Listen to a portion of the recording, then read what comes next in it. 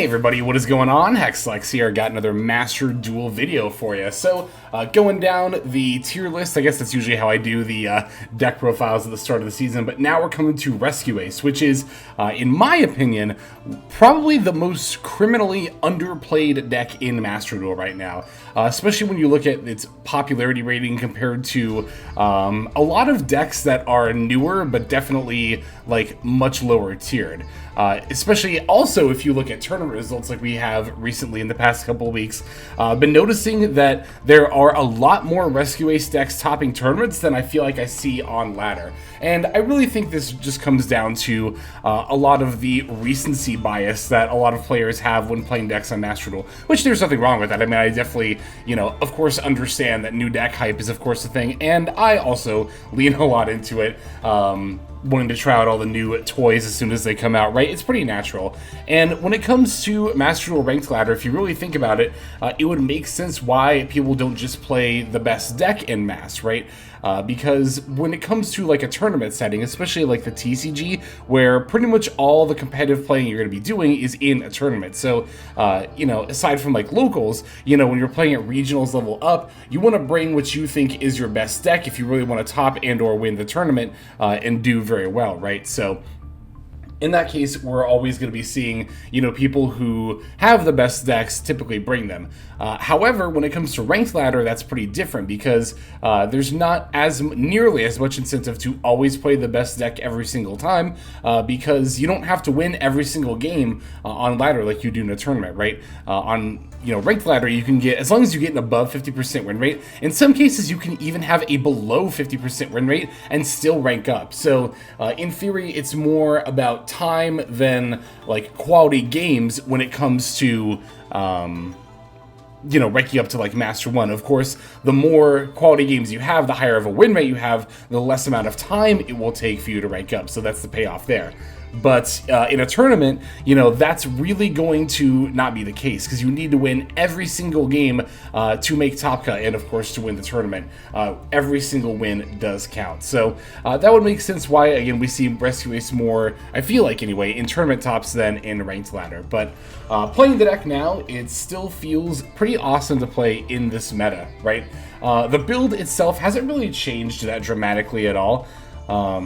In fact, the extra deck, I think the only thing that's different is that we're adding, of course, Superstar Slayer, Typhon, Sky, Crisis, because the Rescue Ace extra deck is fairly wide open. The archetype itself, of course, does not have any extra deck monsters, so you can just get to play a bunch of generic stuff, kind of like Snake Eyes does, right?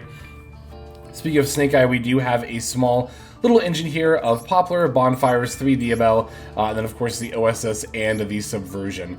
I really like playing 3 Diabel Star, just increasing your odds of getting an opener. I think especially when you're playing over 40 is pretty important, and Rescue Ace is a deck that I feel like should probably always be played over 40, in my opinion. Now, to be fair, I'm not like a Rescue Ace main, and you could definitely play 40 card Rescue Ace deck and do very well with it, but the reason I think it's important to play over 40 is that Rescue Ace has a certain amount of cards that you're not really looking to open, namely, of course, the cards that you set off of Turbulence, right? Especially stuff like Rescue, Extinguish, Contain, and to a degree also, Alert. But Rescue, Extinguish, Contain, you pretty much set every single time, those 3 on turn 1, and then either Alert or Emergency.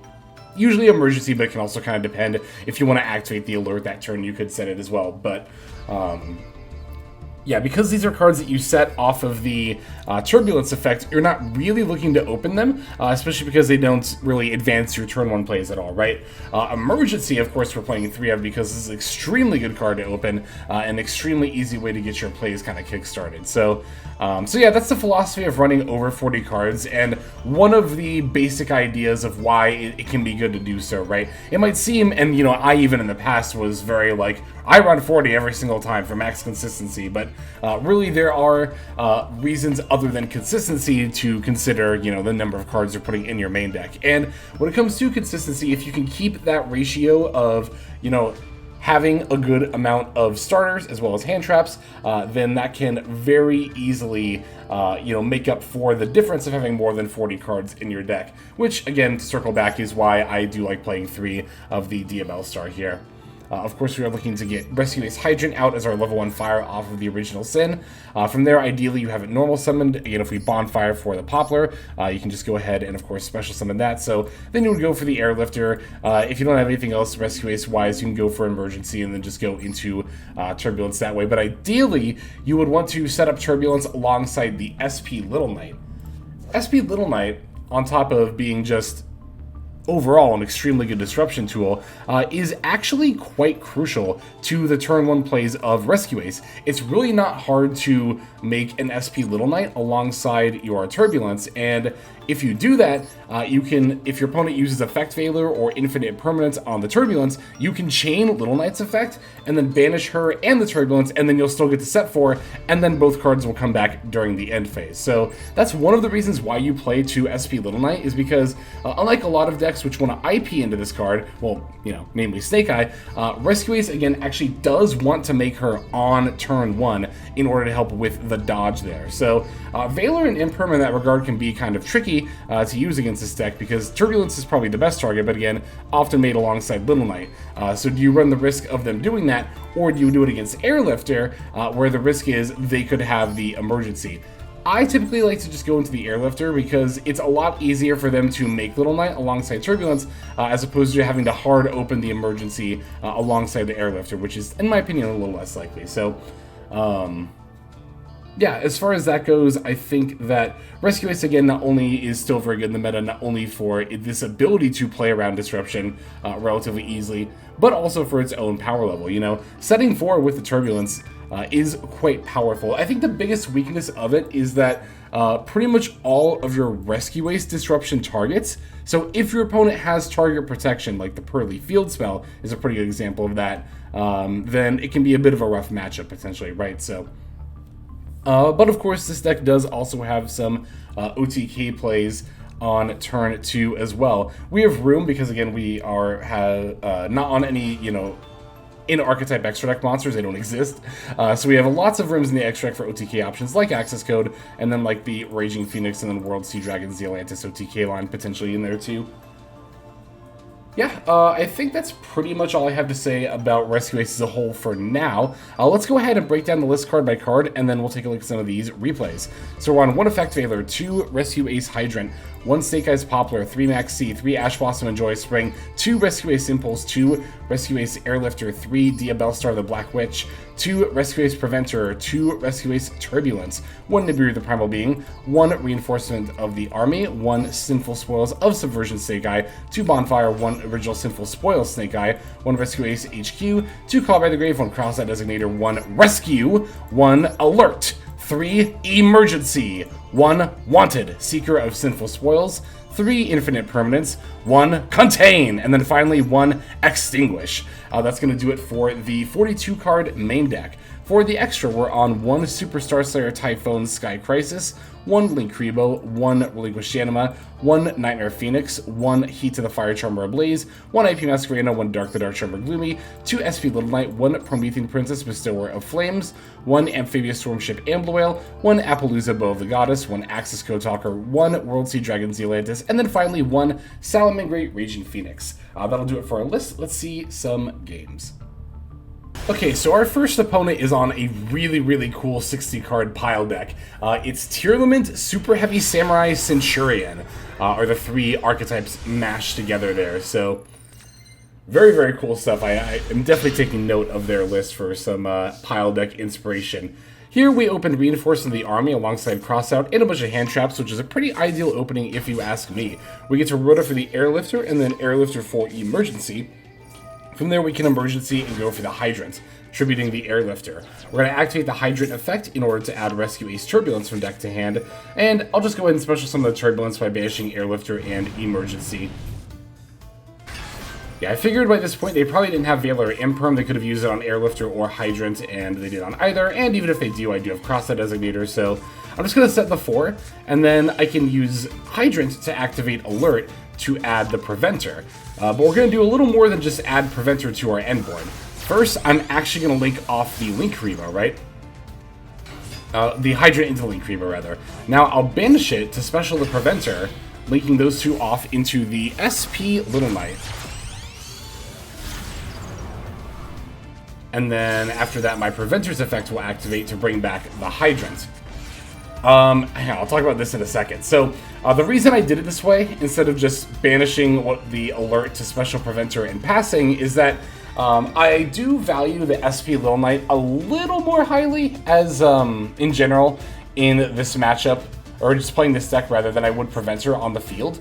I like the Book of Moon effect, the turning something face down, but the Banish effect can be used both against the opponent's stuff and to protect our own, and I think makes it a little more valuable. Not only that, but we do have the Rescue, so if I really do want Preventer, I could still just special summon it, although I could also use the Rescue on an opponent's monster in the graveyard, so I'm just kind of waiting in that regard.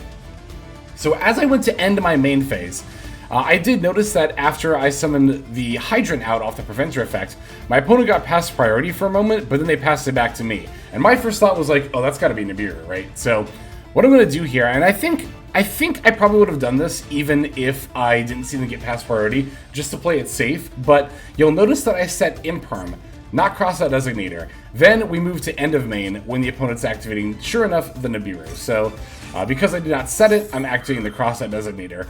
In this kind of a situation, again, even if my opponent hadn't given me a little bit of a hint and accidentally gotten past priority for a moment, then I think that I still, again, to play it safe, probably would not have set the Crossout Designator. It really comes down to the odds, right? Like, do you think it is better to hedge and play around something like an end of main nib or something like that and hold the crossout, or set the crossout and try to use it on your opponent's turn?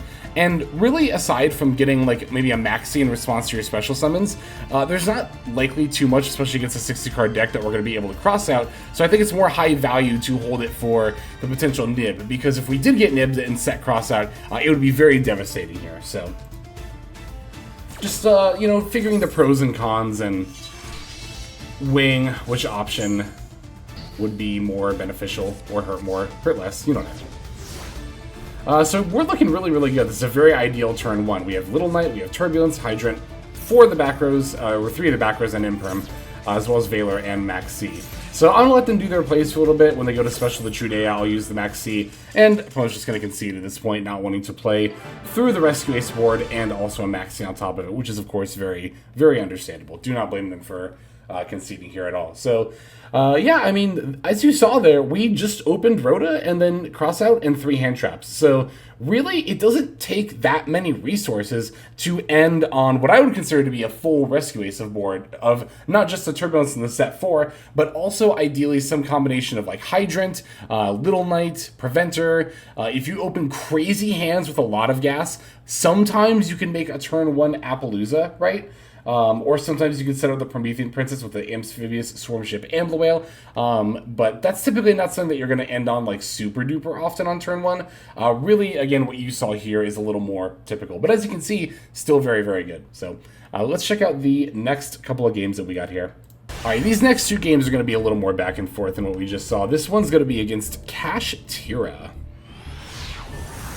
Surprising, this is one of those instances, I was talking about the popularity, where it doesn't always reflect power level, because Cash Tira is pretty consistently more popular than Rescue Ace, but I think Rescue Ace is definitely the more powerful deck. So opponent's going to lead with Rise Heart, Banish Unicorn, banishing 3 of our cards. They did eat, if I recall correctly, one of the trap cards here.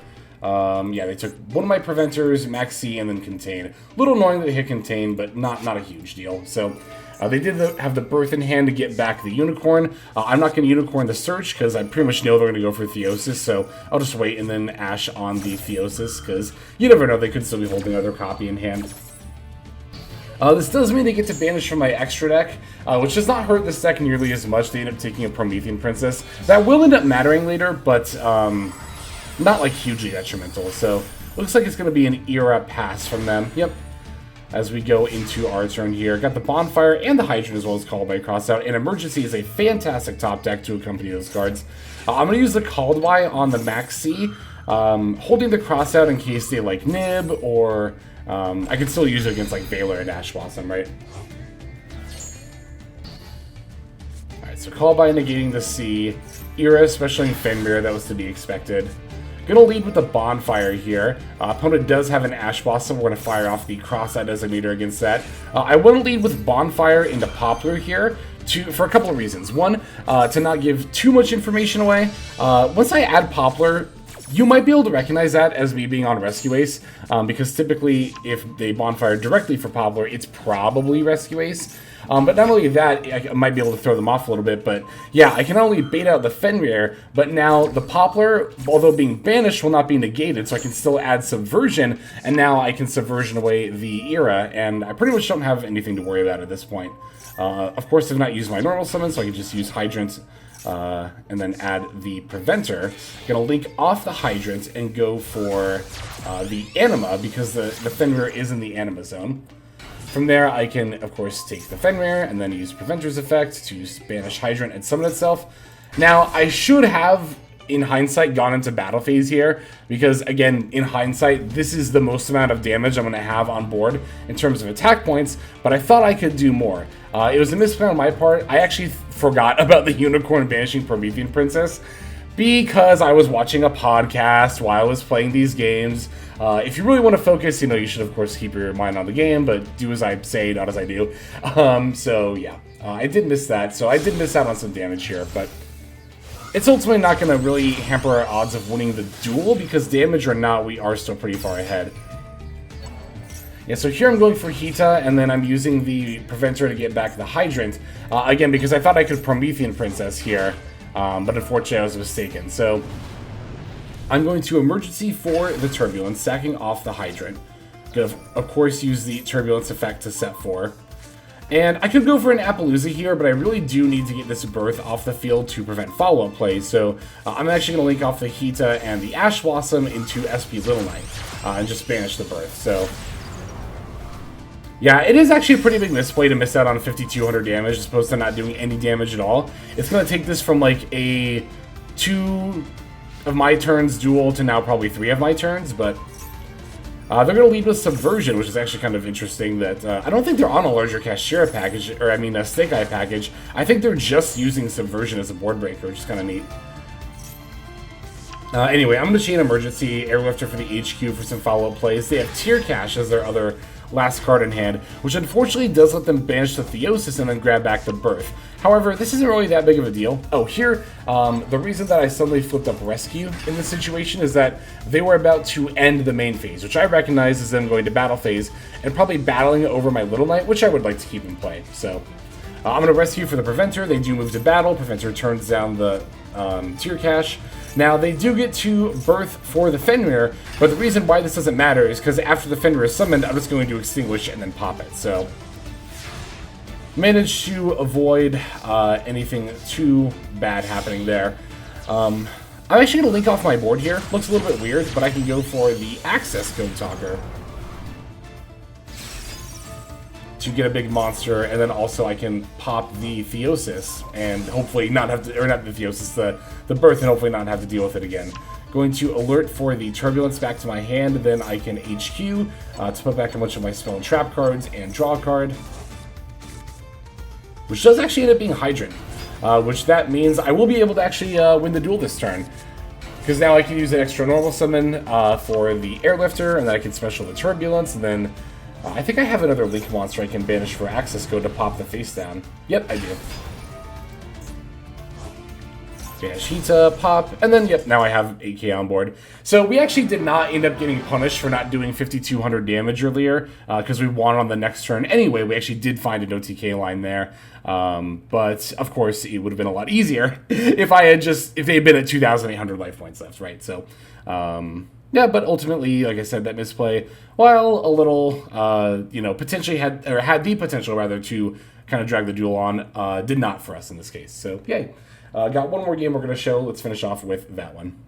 And our final opponent is on Yubel. It's a pretty standard list, although they're only on one Imperm, and they're playing Magnum Bud and Druiswarm, it looks like, instead. Well, they do also have a couple of Veilers, too, but anyway, we're going to take the first turn again, although as you can see here, this time we did not really open any plays, which, I mean, of course, just any deck could happen, so let's set Imperm Call Bypass. Imperm Call by Nib is actually quite a bit of disruption still to have in the opponent's turn, so now here you'll notice that I did not actually use the Imperm on the Beckoning Beast, and my main reasoning for that is that I already have Nib, and if this is just going to be Dark Beckoning Beast, into, like, yeah, Chaos Summoning Beast or another Dark Beckoning Beast, I don't really need to imperm any part of that. I could just wait until Nib, or I could wait until they, like, have, I don't know, Yama, Sharvara, or whatever on the field, and just nib it. So that's my thought process here of not imperming the Dark Beckoning Beast. I'm in a spot where I think I might not end up having to use this.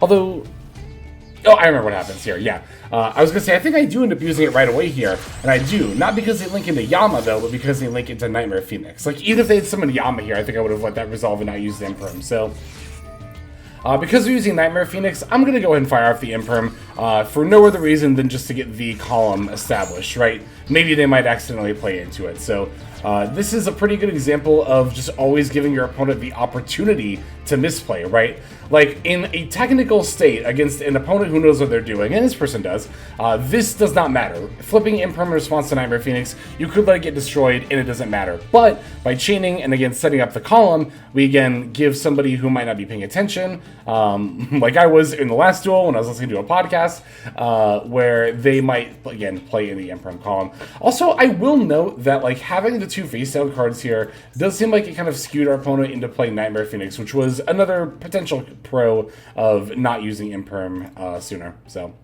all right, now here they're going to discard the Lotus for the opening of Spirit Gates, and I wondered if this was going to happen. This is also why I was saving my Imperm. I was like, I know they have a Lotus. Like, I just had this feeling of, like, they have a Lotus and I want to Imperm that. So, even though I can't Imperm it, I can still call by it when they pitch it off of Opening. Opening does not target the monster that it brings back, so you do need to use it in response and just know that they won't target, but they do have an obvious best thing to get back here, which is, of course, Samsara D-Lotus. So, naturally, we get to just call by on that.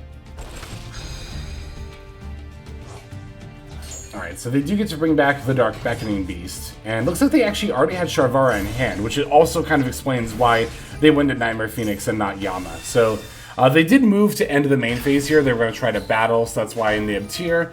To not take damage, also setting the token defense mode because it only has 1500 defense.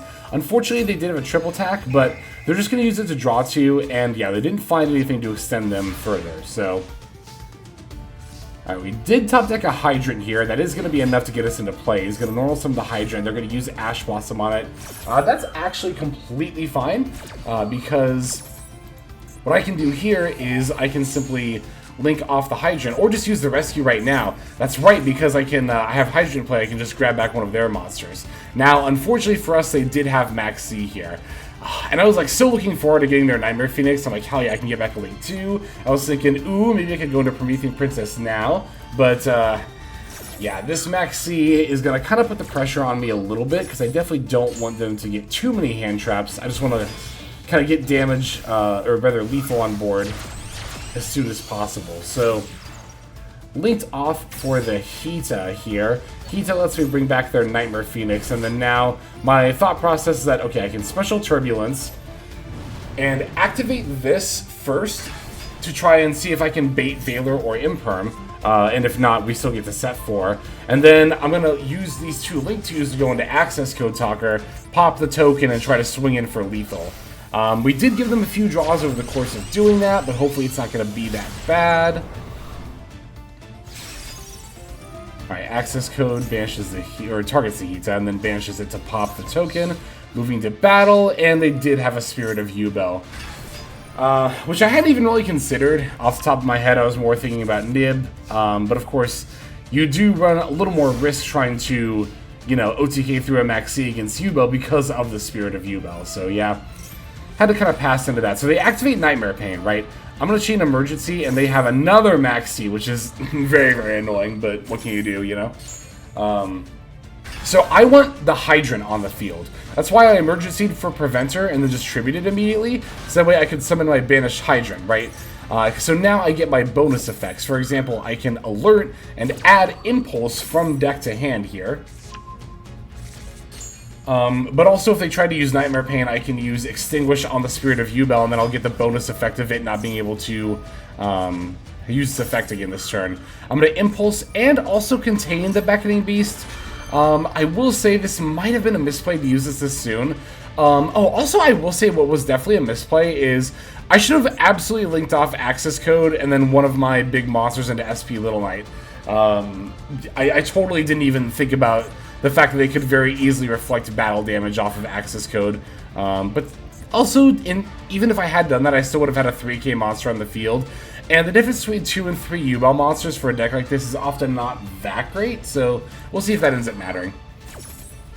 My thought process on using Contain on Dark Beckoning Beast here was I was like, okay, it's negated, they don't get an extra normal summon, and they also can't link it for Almirage to bring it back with opening, so that might have actually been fine. So yeah, I definitely want to, in response to Nightmare Pain, extinguish the Spirit of Yubel. That will destroy it, but again, with the Hydra on the field, they can't use Spirit of Yubel's effect for the rest of the turn. They can, however, pop the Beckoning Beast and then still bring it back with the opening, and then get the extra normal summon. So, you know, they do pop Yubel directly from deck with the Nightmare Throne, summon Terra Incarnate.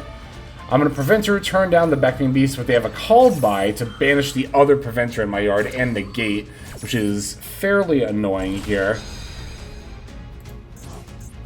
Although looking at their graveyard, they could have also just summoned multiple Phantoms here. Like, yeah, again, I should have linked off the access code for SP, also for more interaction in the banish too. Not even just to like reduce the amount of attack points on my board potentially, but yeah, no, it would not have been difficult for them to get a third or even a fourth Yubel body on board to be able to OTK this turn. But again, maybe having that Little Knight interaction and a banish would have been enough for me to play through all this. I don't know. Although, to be fair, those Max Cs. Ugh. Oh, Max C. But, again, that's just part of the nature of the game. The way it is, so to speak. But anyway, yeah, that is going to go ahead and do it for our games. Thank you so much for checking out these Rescue Ace duels. Let's just go ahead and, I think, move on. Yeah, just go on to our outro. Hey everybody, Hexlex here. Just want to give you a huge thanks for watching all the way to the very end of the video. Believe it or not, that is actually one of the best ways that you can support the channel, is by watching the videos in their entirety. But there are many ways in which you can support the channel if you are so interested. The names that you're seeing on screen here, I gotta give an extra special thanks to, because these are people who have chosen to either become a member on YouTube, which if you're interested you can do as well via the join button next to the subscribe button down there, or have signed up over on Patreon and become members there. Link to that is going to be in the description below. Without the support that is being offered by, again, all the people that you're seeing on screen right here, I would not be able to take the time to dedicate to uploading daily YouTube videos. So thank you so very much. But there are also other ways you can support as well. Again, link to the description below. If you like my deck tracker that you'll see in a lot of my videos, the Untapped Companion, you can download that for free, and if you use my affiliate link down there, then that also goes a long way towards supporting the channel. That's, again, free. So is subscribing here on YouTube. That's also free and a huge way to support. You can also check out Twitch, once again linked in the description below. Following and subscribing over there will not only support as well, but also give you notifications of when I go live if you want to catch some of the live streams. But really, no matter how you choose to support, it all adds up, and it all definitely means the world. So thank you, each and every one of you. For now, this is Hexlex. I'm going to be signing out. But more than that, I'm hoping that you have a fantastic day.